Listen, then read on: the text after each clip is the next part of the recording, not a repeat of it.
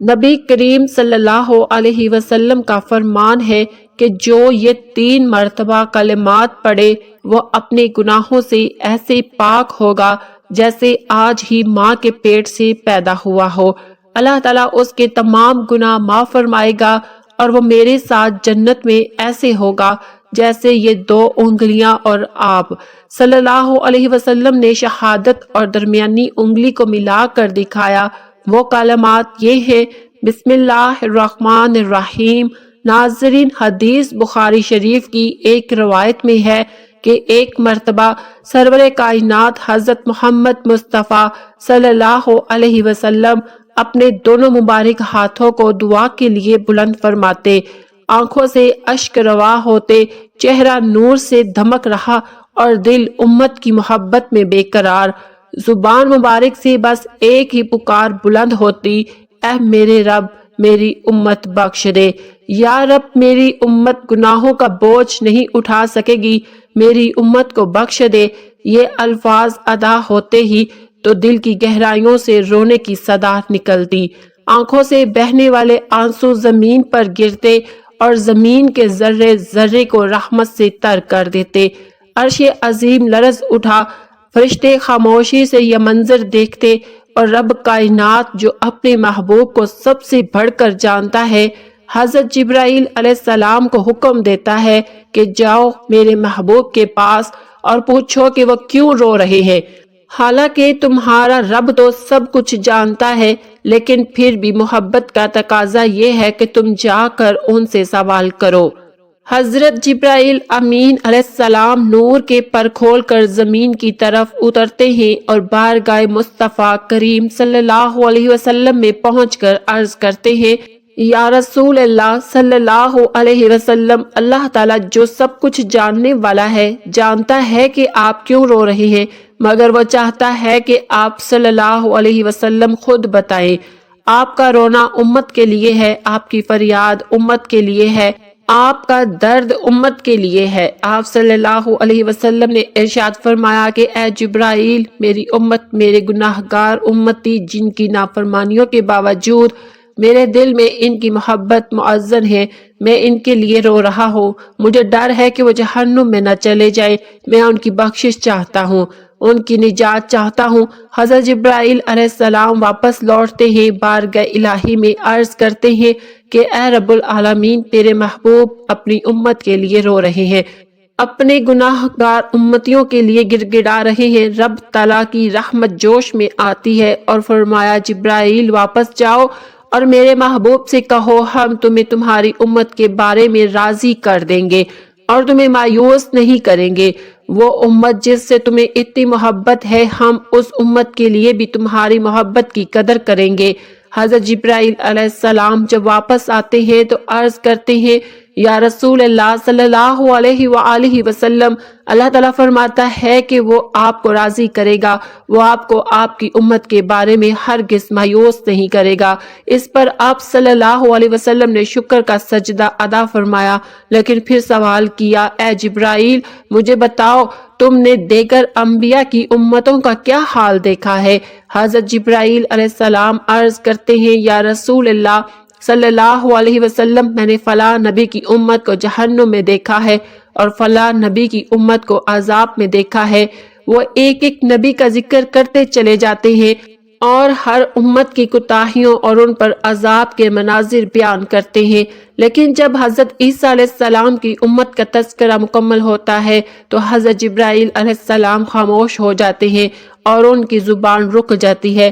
وہ سنبھل کر بیٹھ جاتے ہیں اور سر جھکا لیتے ہیں کہ اب میں اگلی امت کا تذکرہ کیسے کروں، کیونکہ نبی آخر الزماں محبوب خدا صلی اللہ علیہ وسلم کی امت کا ذکر باقی ہے، اور وہ جانتے ہیں کہ اگر انہوں نے یہ کہہ دیا کہ آپ کی امت کو بھی جہنم میں دیکھا ہے تو آپ صلی اللہ علیہ وسلم کے دل پر کیا گزرے گی۔ لیکن آپ صلی اللہ علیہ وسلم حضرت جبرائیل علیہ السلام کی خاموشی سے بے چین ہو جاتے ہیں، بار بار پوچھتے ہیں کہ جبرائیل، سچ سچ بتاؤ، کہیں تم نے میری امت کو بھی جہنم میں تو نہیں دیکھا؟ حضرت جبرائیل علیہ السلام چپ ہیں، مگر سرکار مدینہ صلی اللہ علیہ وسلم کی بے قراری بڑھتی جاتی ہے، دل تڑپتا ہے، زبان لرزتی ہے، اور آپ فرما رہے ہیں بتاؤ، جلدی بتاؤ، کہیں میری امت جہنم میں تو نہیں؟ آخر حضرت جبرائیل علیہ السلام کو کہنا ہی پڑتا ہے، یا رسول اللہ صلی اللہ علیہ وسلم، ہاں میں نے آپ کی امت کے بعض افراد کو بھی جہنم میں دیکھا ہے، بس اتنا سننا تھا کہ آقا دو جہاں حضرت محمد مصطفیٰ صلی اللہ علیہ وسلم کا رنگ خشک متغیر ہو گیا اور آپ کا سکون جاتا رہا، آپ نے اس ہی لمحے شہر مدینہ چھوڑ دیا، لوگوں سے چھپ کر تنہائی اختیار کر لی اور ویرانے کی جانب چل دیے، جہاں نہ کوئی انسان ہو، نہ کوئی آواز، بس تنہا آپ اور آپ کا رب ہو۔ آپ صلی اللہ علیہ وسلم نے ایک سنسان غار میں جا کر اپنی پیشانی مبارک کو خاک پر رکھ دیا اور رونے لگے۔ سجدے کی حالت میں رب حب لی امتی کی صدائیں بلند ہونے لگی، آنسو بارش کی طرح بہنے لگے، زمین گواہ بنی، فرشتے حیران رہ گئے اور آسمان پر جیسے لرزہ طاری ہو گیا۔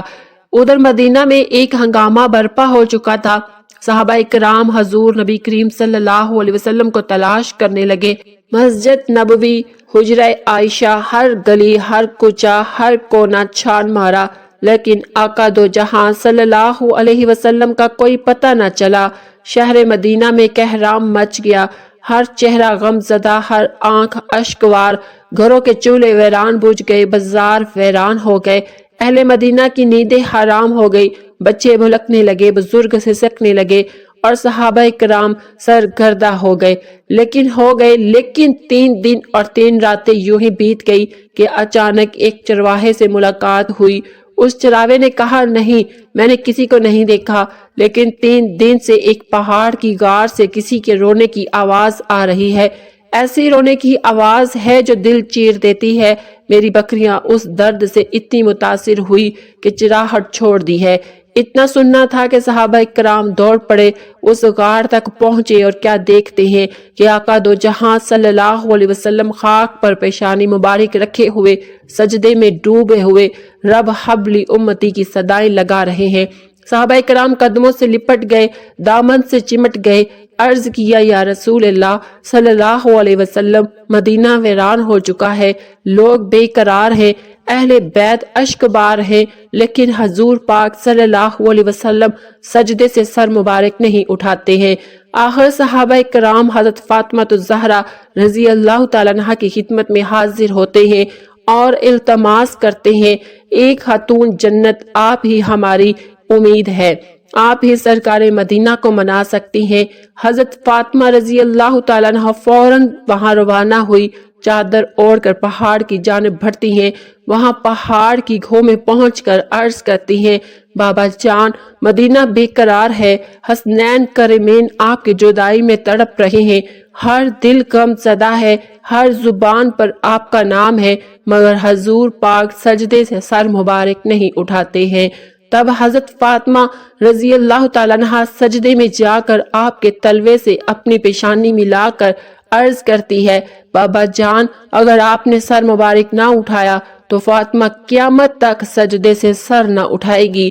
یہ کہنا تھا کہ آقا کائنات صلی اللہ علیہ وسلم سجدے سے سر مبارک اٹھاتے ہیں، آنکھوں میں آنسو ہیں، چہرہ اشک بار ہے، دل رنجیدہ ہے اور زبان پر ایک ہی جملہ جاری ہوتا ہے کہ فاطمہ، اگر تم ضد نہ کرتی، یہاں تک کہ رب کریم میری ساری امت کو بخش دیتا۔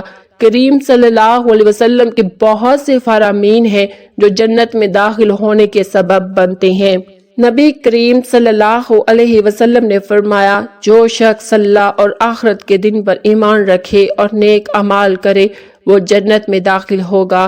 بحوالہ صحیح بخاری، حضور اقدس صلی اللہ علیہ وسلم نے فرمایا، جس نے لا الہ الا اللہ کہا وہ جنت میں داخل ہوگا۔ نبی کریم صلی اللہ علیہ وآلہ وسلم نے فرمایا، 5 نمازیں جمعہ سے جمعہ اور رمضان سے رمضان کے درمیان کیے گئے گناہوں کو معاف کر دیتے ہیں، بشرطیہ کہ کبیرہ گناہوں سے بچا جائے۔ نبی کریم صلی اللہ علیہ وسلم نے ارشاد فرمایا، صدقہ انسان کو جنت میں لے جاتا ہے اور گناہوں کو مٹاتا ہے جیسے پانی آگ کو بجھاتا ہے۔ نبی کریم صلی اللہ علیہ وسلم نے فرمایا، جو شخص رمضان کے روزے رکھے، ایمان کے ساتھ اور ثواب کی نیت سے رکھے، اس کے تمام پچھلے گناہ معاف کر دیے جائیں گے۔ حوالہ حدیث صحیح بخاری۔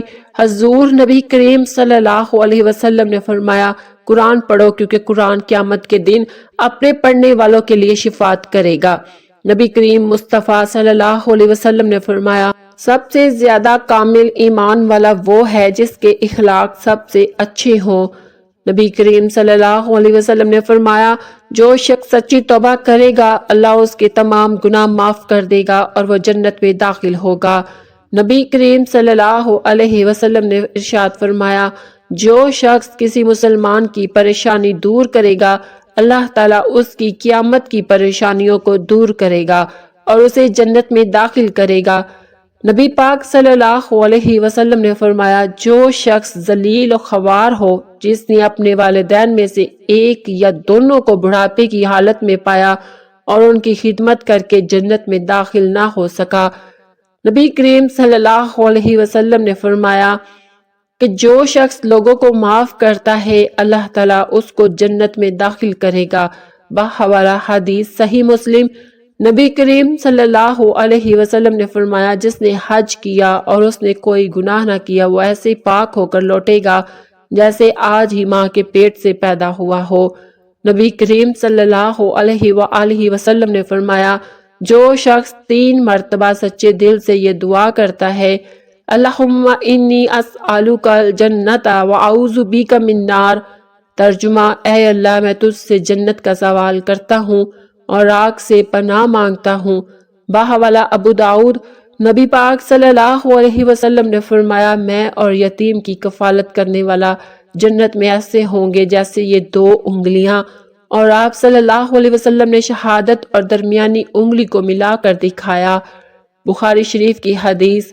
یتیم کی کفالت۔ اسلامی تعلیمات کی روشنی میں اسلام ایک ایسا دین ہے جو انسانیت کی بھلائی، عدل، محبت اور مساوات کا علمدار ہے۔ اس دین نے انسان کے ہر طبقے، ہر ضرورت مند، ہر مظلوم اور محروم کے حقوق کی حفاظت کا حکم دیا ہے۔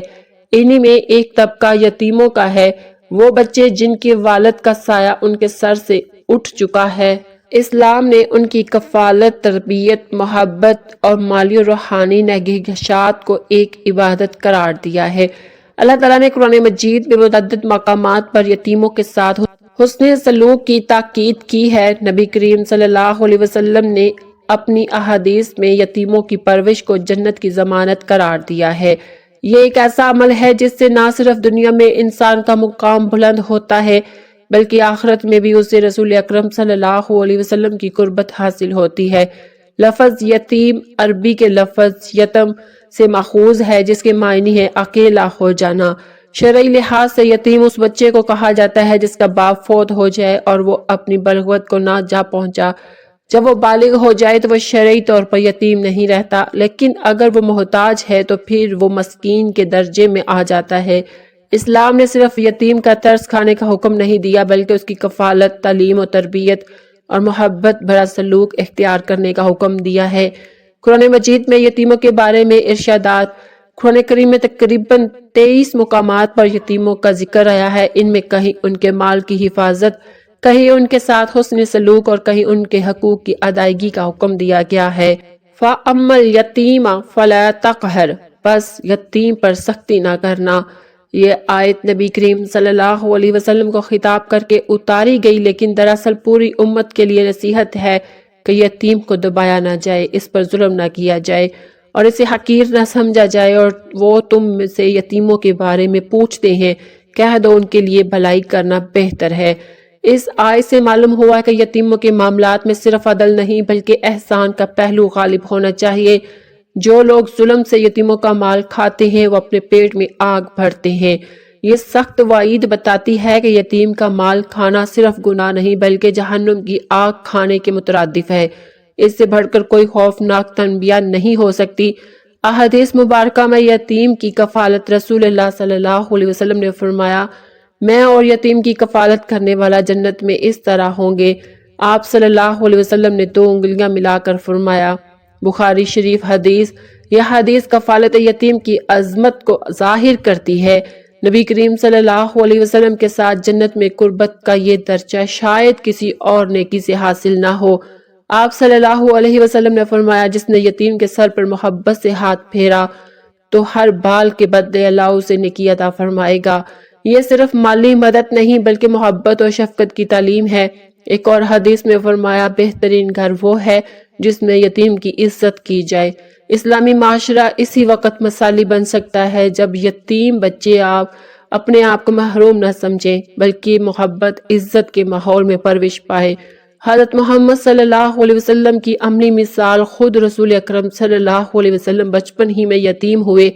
آپ صلی اللہ علیہ وسلم کے والد حضرت عبداللہ آپ کی ولادت سے پہلے ہی وفات پا گئے تھے اور 6 سال کی عمر میں آپ کی والدہ حضرت آمنہ بھی انتقال کر گئی۔ یوں آپ صلی اللہ علیہ وسلم نے یتیمی کا قرب خود محسوس کیا، اسی لیے آپ صلی اللہ علیہ وسلم کا دل ہمیشہ یتیموں کے لیے نرم رہا۔ آپ نے فرمایا، یتیموں پر رحم کرو کیونکہ میں بھی یتیم تھا۔ رسول کریم صلی اللہ علیہ وسلم نے یتیموں کے حقوق کے تحفظ کے لیے نہ صرف نصیحت کی بلکہ عملی نظام دیا کہ ان کے مال کی حفاظت کی جائے، ان کی تعلیم و تربیت کی جائے، ان کے ساتھ نرمی برتی جائے اور ان کا دل نہ دکھایا جائے۔ اسلامی معاشرے میں یتیم کی کفالت کی اہمیت۔ یتیم کی کفالت ایک اجتماعی فریضہ ہے۔